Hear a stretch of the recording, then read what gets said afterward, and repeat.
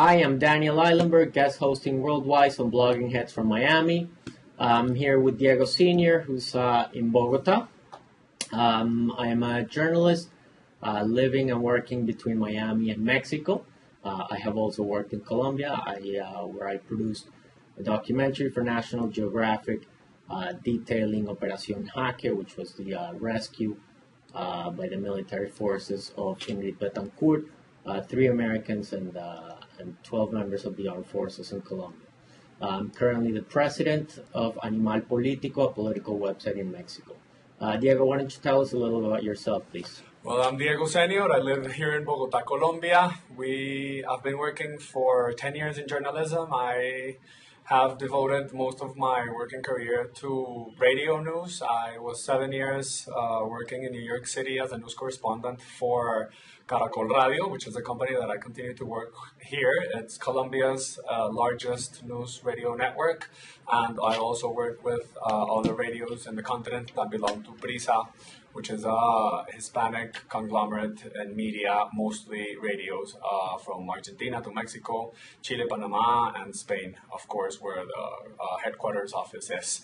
And now I work as an advisor to Caracol Radio CEO here in Bogota in content-related issues and in journalism endeavors.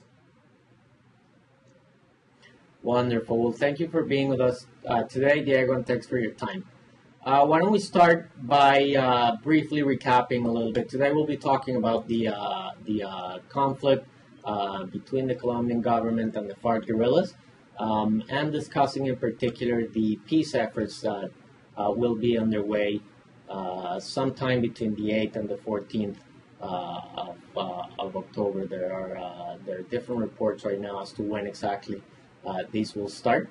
But they should be starting in the next couple of weeks. So, Diego, for our audience, why don't we start by perhaps introducing who the FARC are, how they form, and how this very, very old guerrilla movement has developed over the years into what they are today.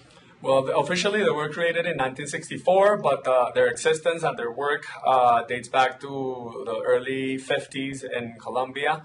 This is where several movements of leftist ideology and of liberal thought, part of what the liberal political party was back then, decided to run away to the forests and to the jungles of Colombia, pressured out by the threat of a military government installed by a general in a coup d'etat that happened in 1953.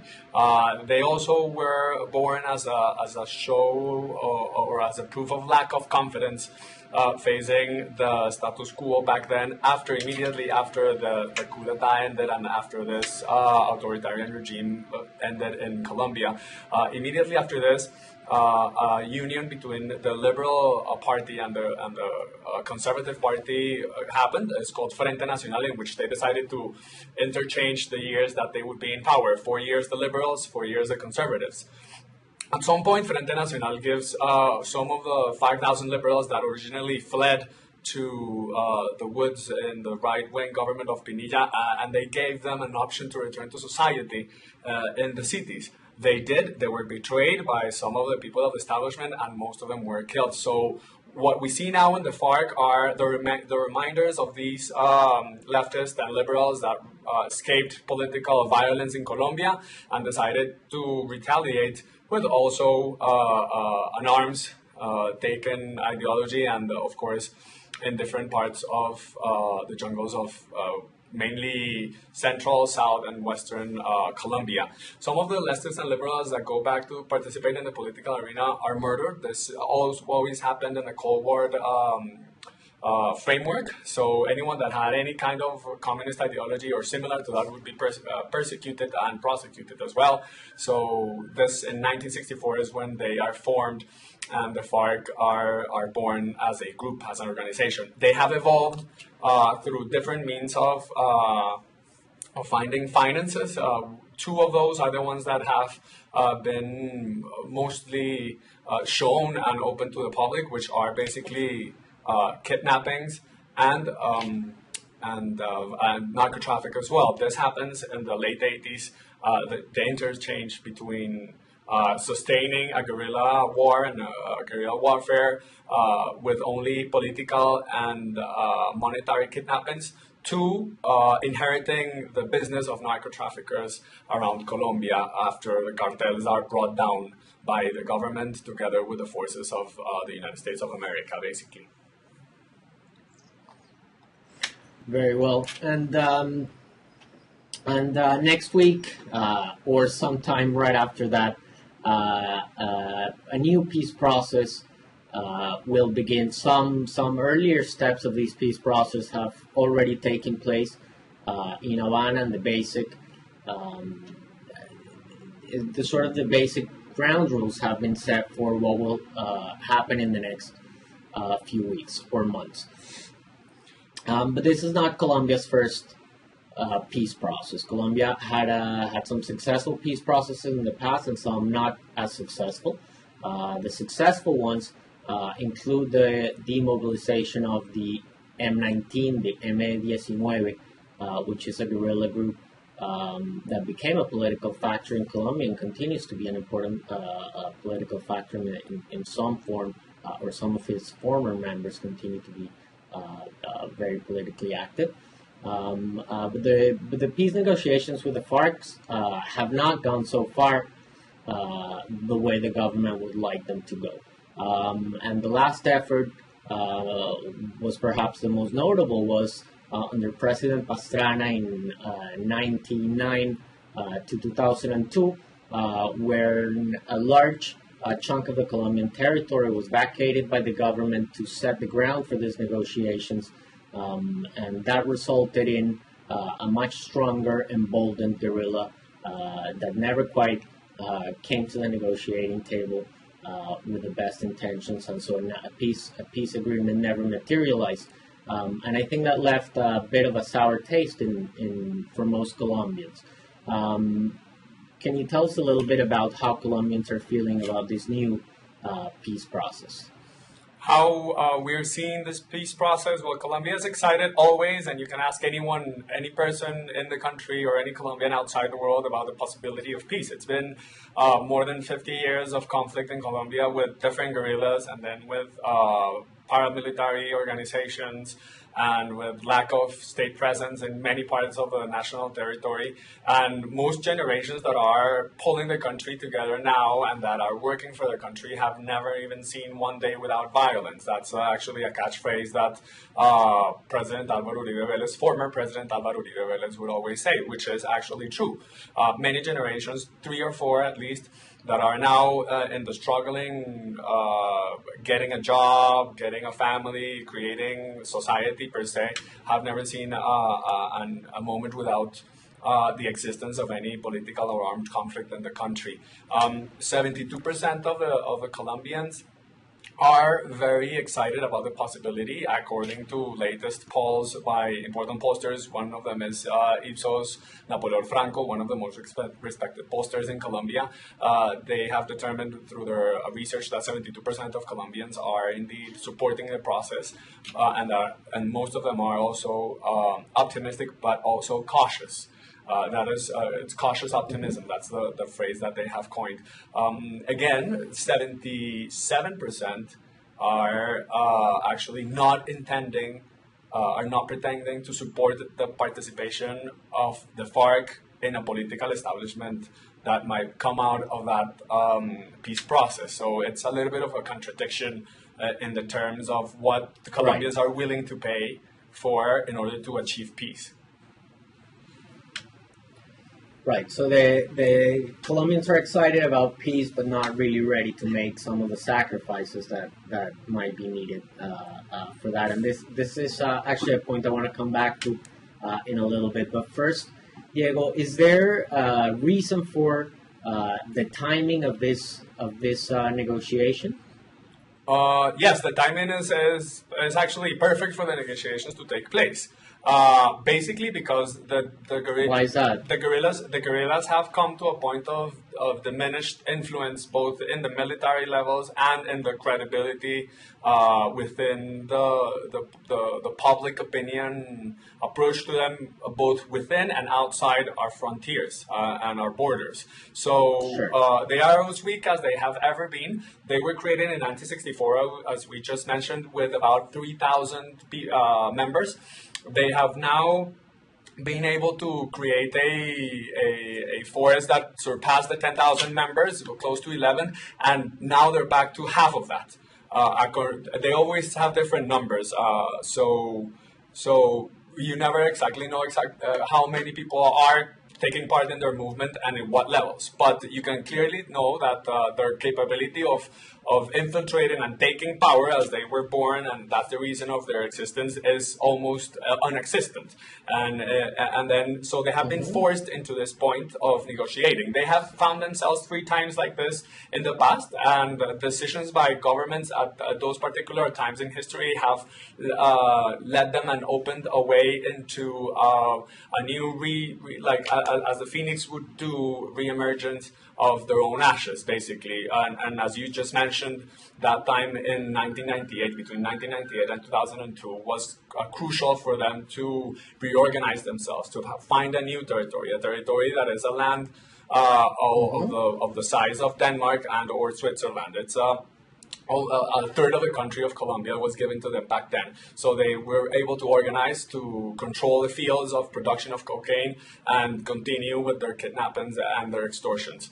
They now have seen that the successes of the past government have been able to punch through some of the walls and the buffers that they have created in the past in order to maintain themselves in a unity. Those walls have been destroyed and brought down, particularly within their own communications amongst themselves. And proof of that is La Operación Jaque, which you know much about, in which their own internal communications amongst the most high-level ranking officers in the organization, where their communications were interrupted, and they were, of course, misguided into believing that they were giving a certain group of important hostages to an organization, which in reality they were just giving them, freeing them into the arms of the government. So after that, you can see that Alfonso Cano, Mono Jojoy, Raúl Reyes, 3 of the most important leaders of this guerrilla have been brought down in different organized attacks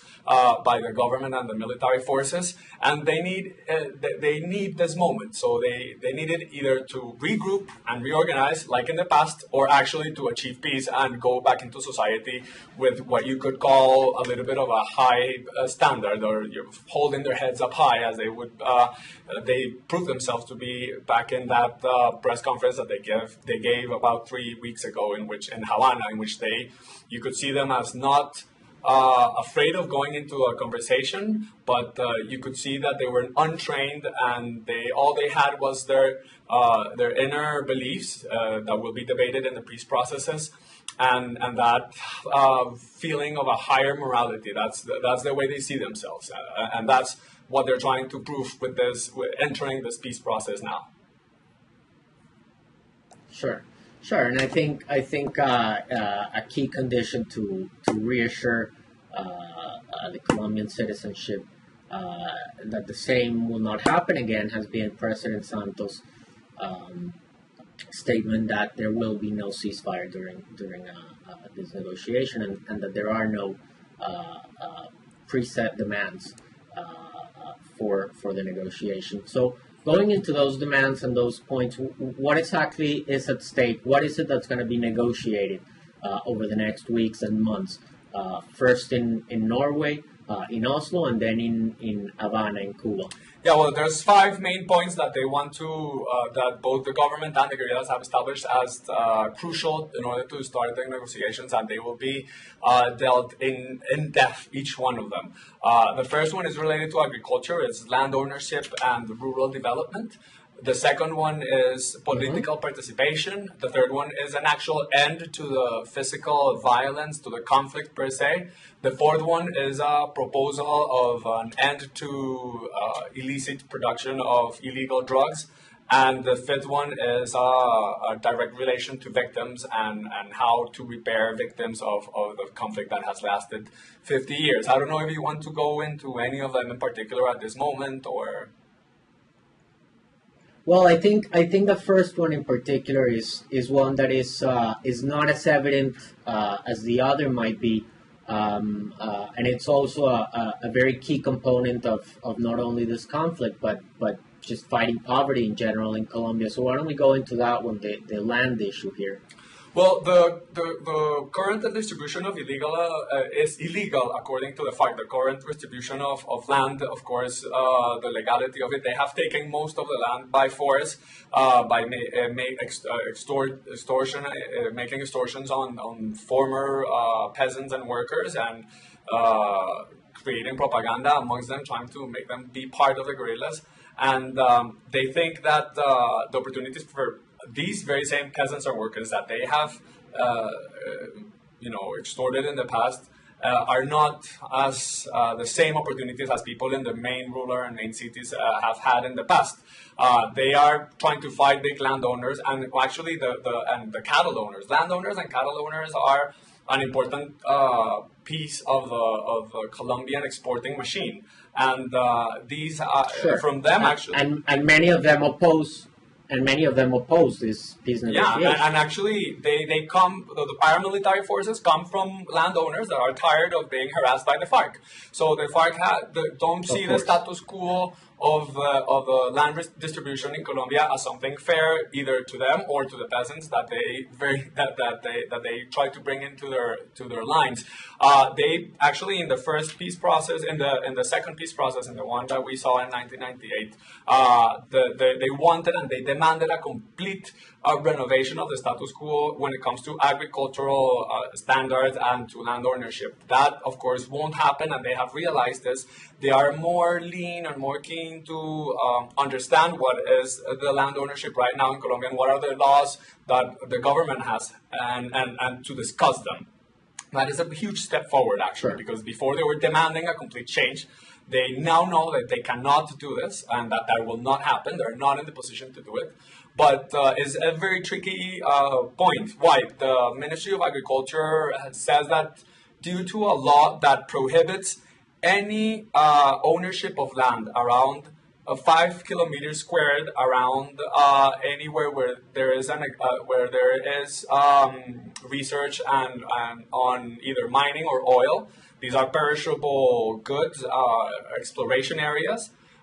There is forbidden to give land to private people, to private ownership. So this very law has to change, and it's in the Constitution. It would have to change in a mandatory manner in order to the peace negotiations to succeed.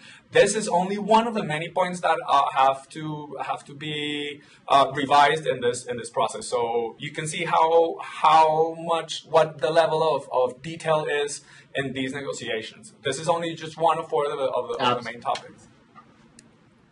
Absolutely. And speaking of these challenges, there are, of course, the internal challenges of a negotiation, the points that are going to be negotiated.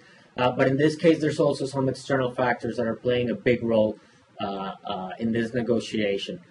One of them is, of course, former President Álvaro Uribe, who is deeply opposed to these peace negotiations and continues to be a very popular and influential force in Colombian politics. Why don't you tell us a little bit about that and about some of the other pressures and difficulties that you think this process is going to have going forward? Yeah, well, the difficulties that they face are in different levels. The cattle and landowners that don't want the status quo to change because this is land that they have apparently rightfully acquired and that they believe that is part of a private enterprise and should not be distributed amongst anybody else. And they actually have papers to prove it. the legality of each of the papers has to be, talked about and discussed, and many people are not willing to do this. And the feeling that they have is represented in Álvaro Uribe. He is a landowner as well. That is his origin. That is how he made his money, with both cattle and creating horses and having huge masses of land. He also opposes, and he has a very important influence over current politicians, the current politicians that are in the Congress, that also helped get Santos into power. They feel that he himself feels betrayed by Santos, who was one of his most important ministers back in 2008 and 2012. And 2010 and 2009, these are different years that had an influence on how the policies of democratic security that Álvaro Uribe invented took place and were empowered and actually got society to grow as in an economic level and international security level. He feels that everything that he created in those 10 years, in those 8 years of government, is now challenged by the very existence and possibility of a peace process. That is one of the most difficulties, because Sure. Santos needs Congress and needs the support of Congress in order to approve a framework for peace, which is a set of standards that will change the constitution in order to the peace process results to be in place. If one of the two, the second point in the talking points for the peace process is political participation. If you want the FARC to participate in Colombian politics, at some point you will have to change the constitution. He already foresaw this, and that is why the framework for peace is being debated in Congress. But Congress is also very influenced by this former president. That's one of the many obstacles that the peace process is facing. Another one is the negotiators themselves. I don't know if you want to talk about that right now, but one of the most important negotiators on the FARC side is currently it was extradited years ago and is currently facing a long sentence in the United States of America. And they want him, and he has demanded Santos. Simón Trinidad, yeah. Sure. So just to give our viewers a little background on the FARC negotiating side, you're gonna have Simón Trinidad, who you just mentioned was arrested a few years back and is serving a 60-year sentence here in the United States. And he has requested that he be allowed to participate in these negotiations, and he has in fact asked President Juan Manuel Santos to intervene on his behalf and to please request that the U.S. government allow him to travel to participate in these talks. But you also have Sargento Pascuas, who's the last remaining founding member of the FARC. The last original founder, the last original guerrillero from the FARC, who's around 80 years old. And you also have Ivan Marquez, who's one of the most important ideologues of the FARC, and who also participated in the last round of negotiations with then President Andrés Pastrana. And then on the government side, you also have a pretty interesting team. That's made up of two generals. One is the former Colombian chief of the police, Oscar Naranjo, and who gave some of the hardest hits to the FARC. And you also have Jorge Enrique Mora, who served as a general of the armed forces during President Uribe's first term. So he's also a hardliner in his views towards the FARC. You also have a very important Colombian businessman as part of the negotiation table. So, Diego, why don't you tell us a little bit about how this what this tells us about what is to come in this negotiation? Well, you're asking me to talk about the negotiators per se, because I see something, an interesting pattern there that I wanted to portray. Yeah, no, sure, go ahead. Great. The pattern is that both of the sides have hardliners in their teams. Both of the negotiating parts have hardliners in their teams, and these are people that truly are convinced of their beliefs when it comes on standards for security or political participation, etc., etc. The fact that they bring them to the table, that the state has chosen these people and that the FARC has chosen these other people, in particular, the names that you give, shows that both of the parts are compromised in achieving something. This means that at the end, whether the results of the conversations are a failure and nothing happens, both of the parts can tell their own hardliners within their parts. The FARC can go back to the jungles and talk to their ideologists and to their most convinced followers that they gave everything that they had to. Both that will happen also in the government side. That is a positive aspect to the conversation. And another factor that is interesting. Sure, and it also guarantees that in success. You can sell it to your constituents, right? I mean, you had the toughest people out there negotiating, so you probably got the best possible deal. Exactly. There's also Sergio Jaramillo there in the side of negotiating team in Colombia.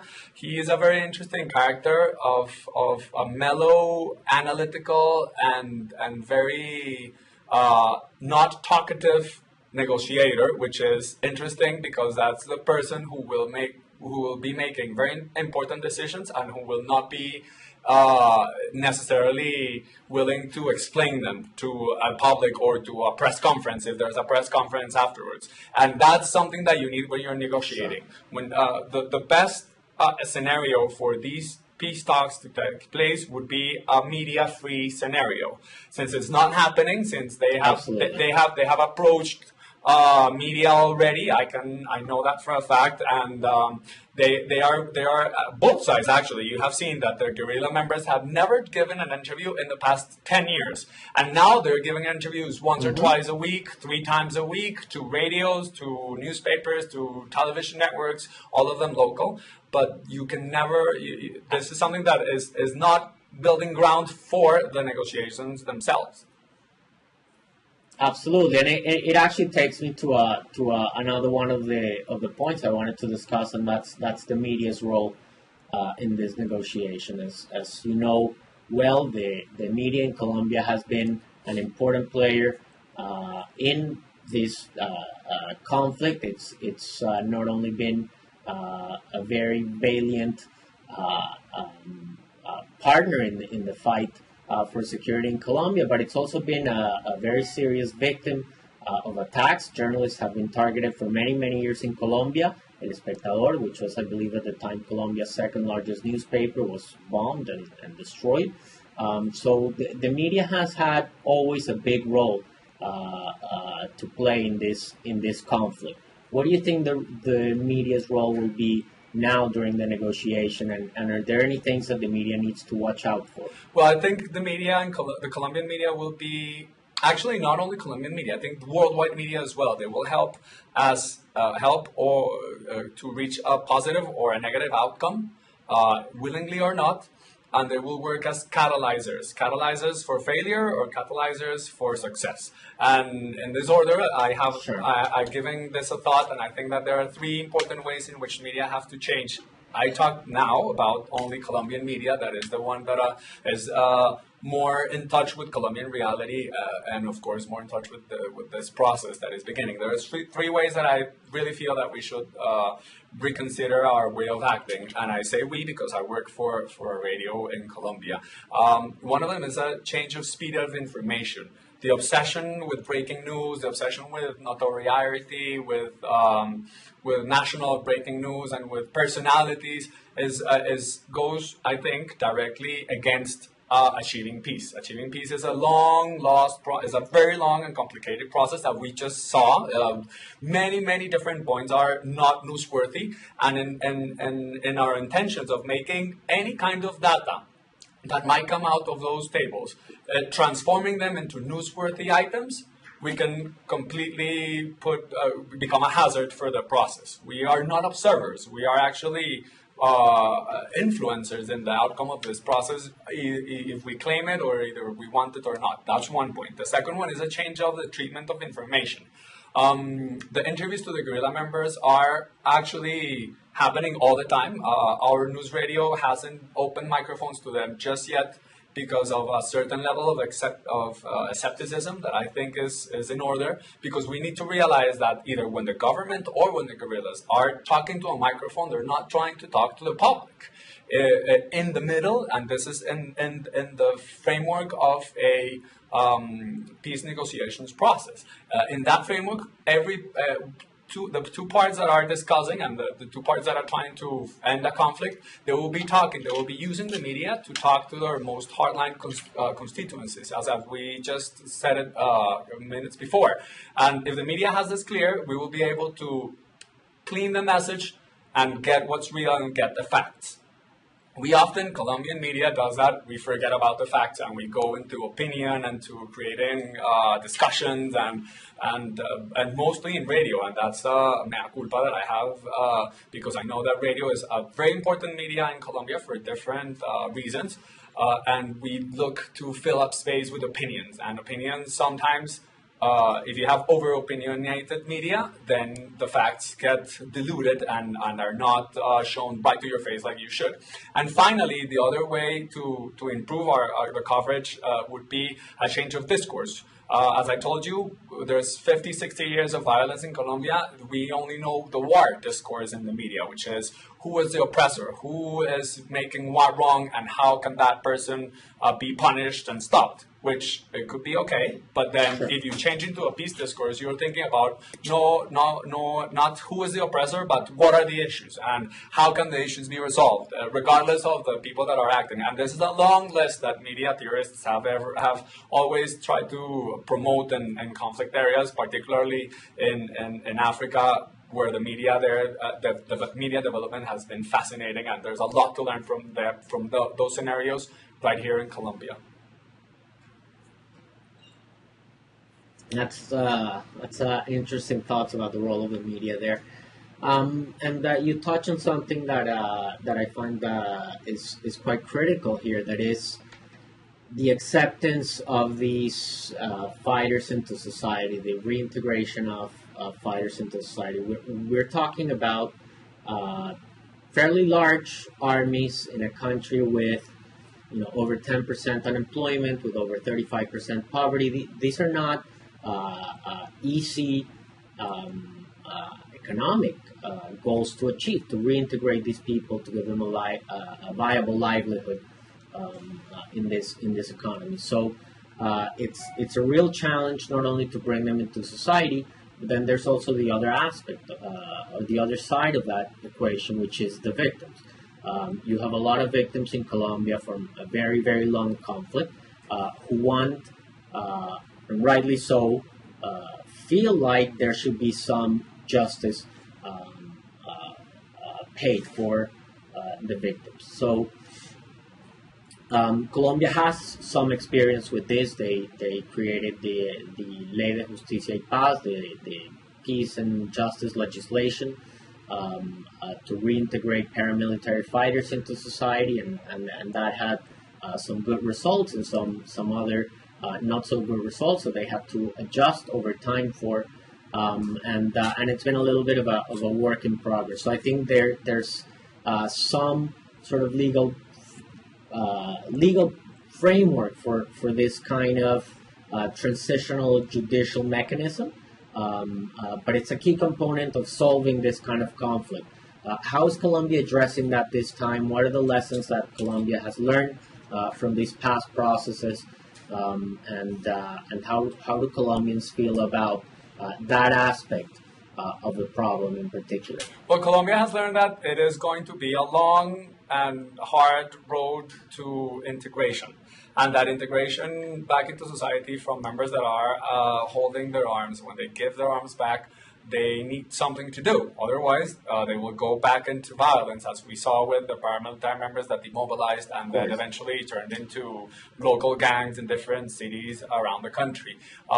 With that lesson learned, which happened with the paramilitaries. Yes, exactly. With that lesson learned, they have created, or the government has been promoting a what they call a peace framework, Marco para la Paz. And this peace framework is intended to change those very particular points of the Constitution that relate to people that have committed crimes, how to judge those crimes and how to get them close to victims. Again, they have tried actually in the past with the paramilitaries to make example out of them, like bring people and children in schools, go visit them at their jails and have interviews with them and openly helping them write books or whatever, so they can spread their message and of regret of what they did, and to show society what is the best way to approach a life after being part of an illegal band. But what is real now is that most of the important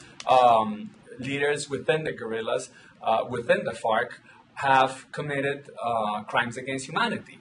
And the Statute of Rome says clearly that no person that has committed a crime against humanity is allowed to participate in any political process in any country where that person has committed those crimes. And Colombia signed that treaty and that statute, and Colombia would have to involve international transitional justice in this particular point. That would be the second point of the peace talks that will be starting in Oslo on the 14th of October. So it is a very tricky process, and it's a process that has not proved to be completely successful or successful at all in our case. There is not, and I don't see any sustainability for works that can be, or programs that can be started in the countryside in order to turn former soldiers into farmers. And here's where the narco-traffic business takes place. Why? Because of course, it's more reliable and it's more profitable to have one finca, which is a farm, the space that a farm occupies, to have that dedicated to coca fields than to potatoes or fruit or bananas or whatever other exports that Colombia has. Colombia produces till this day, and it's a very known fact, 95% of the cocaine consumed in the world, and is now amongst the top 10 cocaine consumers, not only producers but consumers in the world.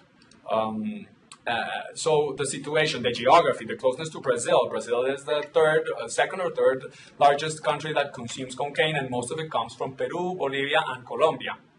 The narco-traffic relation to the political participation and reintegration into society of the guerrilla members is a crucial factor, and is not a factor that depends entirely on the people that are on the table of negotiations. Finishing narco-traffic is not up to guerrillas, or is not up to Colombia on its own, and all the presidents that have traveled to Washington and to New York, to the United Nations General Assembly, have always said it. It's an international issue. So I would like to see how that entails, or how that solves how that goes on. Like, what will be the result of that? Sure. And talking a little bit about this international community, and to round up our conversation, Diego, why don't we discuss a little bit first, what is the role of the international community during these talks, and what is the role, if any, of the United States during these talks? There's a few countries that are directly involved in the negotiation, namely Norway and Cuba are going to be hosting parts of the negotiation, and then there's two accompanying countries, which are going to be Venezuela and Chile, who are sort of accompanying the process and are going to be directly involved in it. Is there a role for the U.S. in this, and for the international community in general? Yes, the international community has to do one thing in particular, and is to give legitimacy to any of the decisions that are taken in that conversation, in that table. Whatever the outcome of the conversations are, the international community will help validate them And with that, there will be a process and a second part of the process, if you can call it that, in which the international eyes will be not judging, but measuring how effective the results of those peace talks were, beyond of whatever the opinions are of the Colombians inside. And why do I think this is important? Because the FARC has always found a way to validate themselves, facing certain countries in the European Union that have given them in the past open space for them to go and talk about their beliefs, etc. In all in the flag of being inclusive. Inclusive in the political spectrum. But then again, these are the very same countries that have to realize what would be the final pass of judgment facing the existence of the FARC and what the FARC are and what their demands have been. This is the international arena is built for that particular purpose, I think. So we will see how they respond to any outcome that it comes. Now, the United States is a very delicate taken, I think, has a very delicate position. Why? Because as much as they or like any other country want peace in Colombia, their private industry and part of the public industry as well is focused on establishing security around the globe or around the areas of the globe that they feel that they have a certain amount of interest. One of them being Latin America. Even though we haven't been on their first line of interests for the past years, for certain reasons that are outside of this topic, but I really think that if they say something, which they haven't to this day, the Obama administration published a very small statement, which is very delicate and very accurate, I think, which is they are expectant and they support anything that happens, as any other country would make.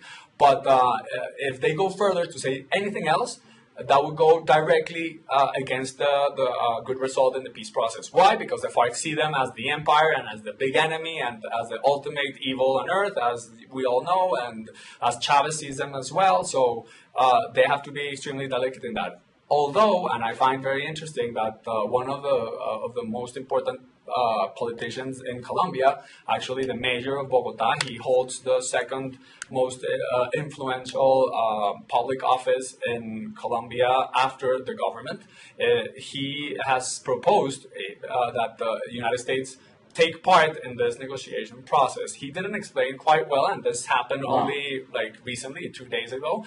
But the fact that a person like him, who is himself a demobilized member of the M19 guerrilla movement back in the 80s, says that, opens up a door of a possible approach to listening to an opinion from anyone based in Washington. I would highly doubt that they make any move at all. And because, of course, 4 countries are more than enough, the ones you mentioned, to take part of and give support to a peace process without being involved. Yeah, and the U.S. is really never going to be viewed as an impartial player in this negotiation, and of course, there's no one that could counterbalance the weight of having the United States in the negotiation. So perhaps they're doing Colombia a favor by not even noticing what's happening there. As you know, it really has not been a big issue here in the media. Of course, we have elections coming up in about a month here in the U.S., and so this really has not been very big news, despite being a historic moment for Colombia. But perhaps that's a good thing for Colombia. Well, yeah, it's one of those burdens that Americans have to, take every time an international conflict is in their backyard. They can either take a chance and go in there and try to solve it, and then be portrayed as invaders and as foreigners that are trying to control everything, or take their time, analyze, and then be blamed for not doing anything, as the largest power on political power on the planet could do, as the Clinton administration faced when everything in Eastern Europe happened in the 96, if I'm not mistaken. So the American exceptionalism, that's what happens with them. Excellent. Well, Diego, thank you very much. I really appreciate you taking the time to be with us today. And thank you very much for your insight into the Colombian conflict and the upcoming peace negotiations. Thank you for having me. Bye.